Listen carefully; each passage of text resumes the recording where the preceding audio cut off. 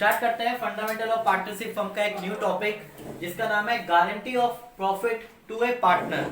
कुछ केस में ऐसा होता है कि जो न्यू पार्टनर एडमिट होता है या कुछ 2-3 पार्टनर्स है उसमें से एक पार्टनर कहता है कि मैं इतना प्रॉफिट तो गारंटी में लूंगा ही लूंगा, या उसको गारंटी दूसरे पार्टनर्स देते हैं कि आपको इतना प्रॉफिट मिलेगा ही मिलेगा, चाहे लॉस हो हमें चाहे प्रॉफिट कम हो। तो उस पार्टनर को गारंटी दी जाती है मिनिमम अमाउंट की जो उनके बीच में कॉन्ट्रैक्ट हुआ है, राइट। तो उस लॉस को यानी उस डेफिशिएंसी को पूरा करने के लिए गारंटी दी जाती है अदर्स पार्टनर्स के थ्रू। तो वहां पे रेशियो भी दी जाती है या फिर अदर कंडीशन जो होती है वो भी दी जाती है, तो उसी के अकॉर्डिंग हमें फुलफिल करना होता है। तो क्वेश्चन नंबर 78 के अंदर स्टार्ट करते हैं और इस कंसेप्ट को इसी के साथ में पूरा भी कर लेते हैं, right. Guarantee of a profit to the partner. तो क्वेश्चन नंबर आपका 78 है आपके बुक्स के हिसाब से। ए और बी पार्टनर है, रेशियो है 3:2। ए और बी पार्टनर है जिनकी रेशियो कितनी है 3:2 है। सी पार्टनर एडमिट हो रहा है, सी एज ए न्यू पार्टनर जिसका शेयर है 1/6, राइट। 1/6 शेयर के लिए आ रहा है और कहता है with minimum guarantee of rupees amount 10,000। ए और बी पार्टनर है, न्यू पार्टनर कौन आ रहा है सी। कितने शेयर चाहिए उसको प्रॉफिट में 1/6 चाहिए और कितनी मिनिमम गारंटी मांग रहा है 10,000 की मिनिमम गारंटी मांग रहा है कि 10,000 रुपए मुझे चाहिए। At the close of the first financial year the firm profit है 54,000। तो पहला साल कंप्लीट होता है तो फर्म को 54,000 जो है प्रॉफिट होता है, जिसको हम बोल रहे हैं प्रॉफिट एंड लॉस अकाउंट का net profit, that is 54,000, right. अब तीनों पार्टनर को हमें प्रॉफिट डिस्ट्रीब्यूट करना है, बाकी क्वेश्चन में और कुछ नहीं है। तो डेबिट साइड में आपका आएगा 2 नेट डिविजिबल प्रॉफिट। 54,000 को डिस्ट्रीब्यूट करेंगे पार्टनर्स जो भी हैं हमारे ए, बी और सी पार्टनर। तो प्रॉफिट तो 54,000 ही डिस्ट्रीब्यूट होगा। अब इसको डिस्ट्रीब्यूट करने का क्या तरीका है तो ध्यान से देखो, और लिखा भी है यहाँ पर आपको find out the share of profit which A B C will get. और यहाँ पे गारंटी बताई नहीं गई है कि किसने दिए 10,000 की, दिए ही जाएंगे। तो ये मान के चलते हैं जो रिमेनिंग पार्टनर्स होते हैं वो ही इसकी गारंटी देते हैं। हालांकि इस क्वेश्चन में P&L एप्रोप्रिएशन अकाउंट नहीं बनाना था, मैं फिर भी आपको बना के दिखा रहा हूँ, प्रेजेंटेशन प्रॉपर करके बता रहा हूं। तो सबसे पहले जो प्रॉफिट 54,000 हुआ है इसका 1/6 निकालो जरा, कितना होगा 9,000। 54,000 का सी का जो शेयर आएगा वो कितना है 1/6, तो अमाउंट बनता है इसका 9,000, राइट। अब रिमेनिंग अमाउंट कितना है 54,000 में से 9,000 तो किसको दे दिया सी को, तो रिमेनिंग अमाउंट कितना बचेगा 45,000।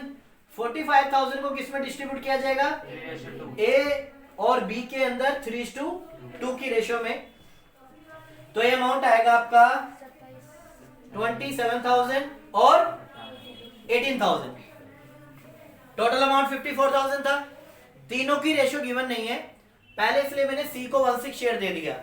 तो 54,000 का 1/6 कैलकुलेट करूंगा तो कितना आएगा, वो हमने सी को दे दिया। इसके बाद जो रिमेनिंग बचेगा वो किसके लिए होगा ए और बी का। तो ए और बी की रेशियो क्या है तो 3:2 में कितना बढ़ गया आपका 27,000 और 18,000। तो यहां पे लिख देते हैं 27,000 और बी में लिख देते हैं 18,000। हर स्टूडेंट इसकी प्रेजेंटेशन गलत करता है, तरीके से नहीं करता। आप इस बात को ध्यान से देखना कि किस तरह से आपको प्रेजेंटेशन करनी है। अब यहाँ पे देखो कि डेफिशिएंसी कितनी है 1,000। यहाँ पे अमाउंट मिलना चाहिए था सी को 10,000।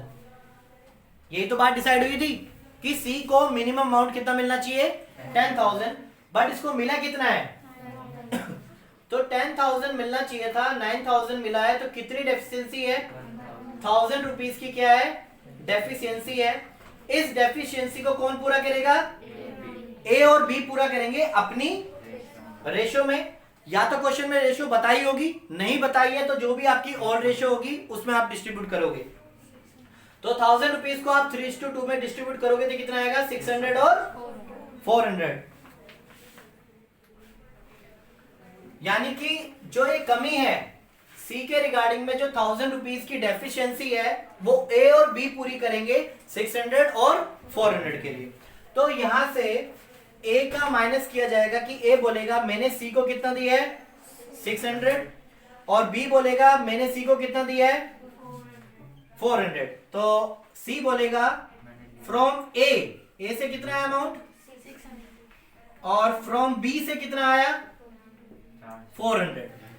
तो बैलेंस है, पूरे हो गए इसके 10,000। अब नेट बैलेंस निकालते हैं। 26,400 ए का अमाउंट, और नेट अमाउंट 17,600 जो है वो बी का अमाउंट, और सी का अमाउंट कितना है? 10,000। तीनों को ऐड करोगे तो आपका 54,000 ही आएगा। क्वेश्चन में कोई interest on capital, salary, commission नहीं था, सीधा प्रॉफिट आपको दिया हुआ था। प्रॉफिट को मैंने डिस्ट्रीब्यूट किया, पहले 1/6 ईयर में किया, सी का अमाउंट आ गया। रिमेनिंग अमाउंट जो बचा वो ए और बी में डिस्ट्रीब्यूट कर दिया, 27 और 18,000। अब बात हुई थी कि सी को 10,000 दिया जाएगा, तो कितनी डेफिशिएंसी है? 1000 रुपीज की। तो 10,000 9,000 कितना हो गया?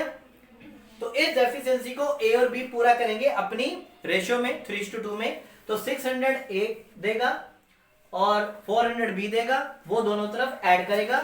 इस तरह से क्वेश्चन की प्रेजेंटेशन है। एग्जाम में ऐसे आपको प्रेजेंटेशन दिखानी है इसकी, किसी और वे में नहीं करनी है। तो ये थोड़ा सा आपका स्पेसियस होना चाहिए, क्योंकि आपको उसमें ऐड लेस भी करना है, अमाउंट भी शो करना है। तो इस तरह से अपना मार्जिन लेके पहले ही चलो।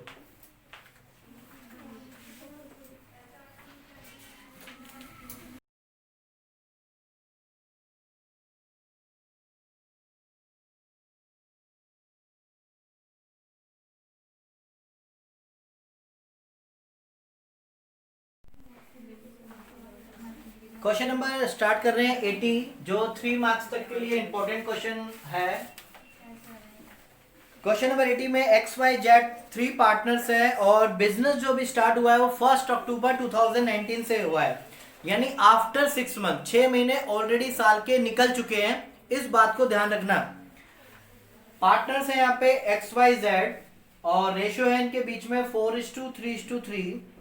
X personally guarantee that Z of profit after interest on capital 10% per annum।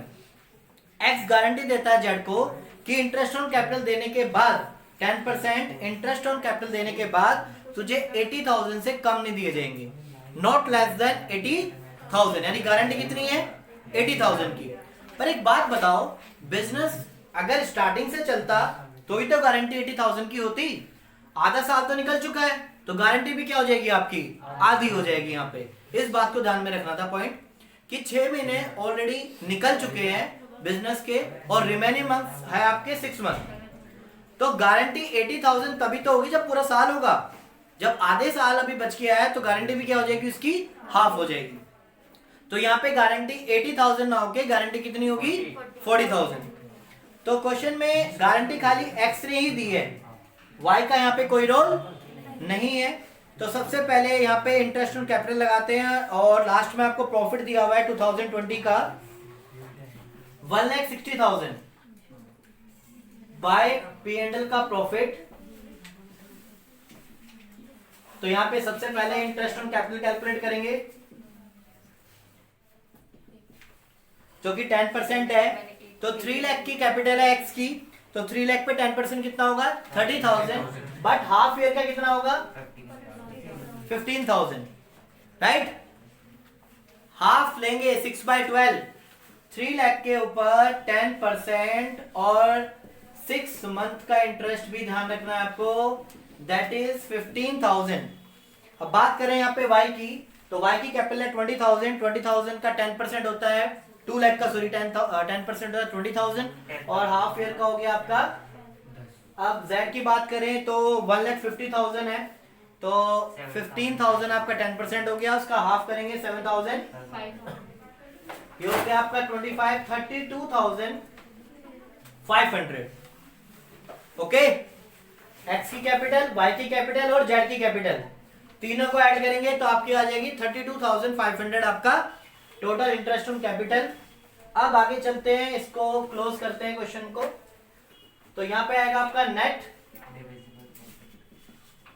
Divisible profit जो डिस्ट्रीब्यूट होगा एक्स में, वाई में और जेड में।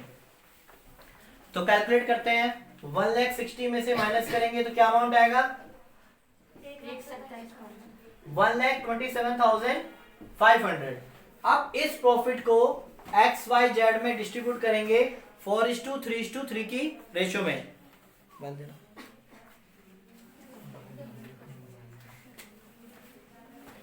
तो कैलकुलेशन चेक करते हैं यहाँ पे।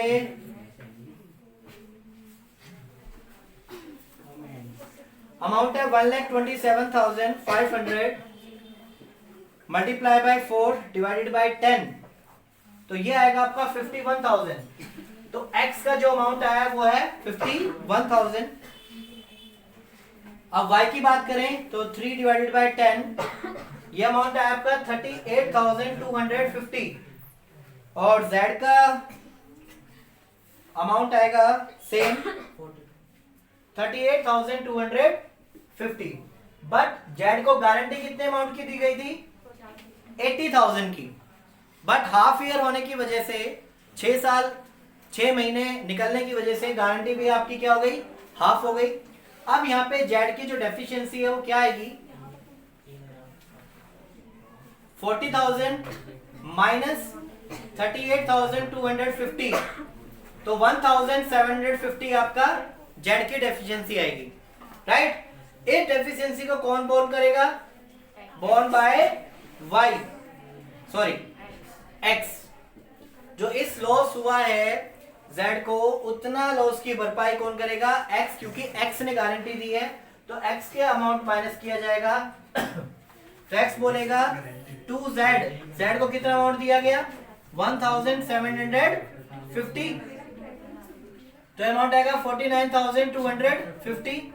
वाई का बैलेंस एज इट इज 38,250 और जेड यहाँ पे बोलेगा कि फ्रॉम एक्स, एक्स से कितना अमाउंट आया है?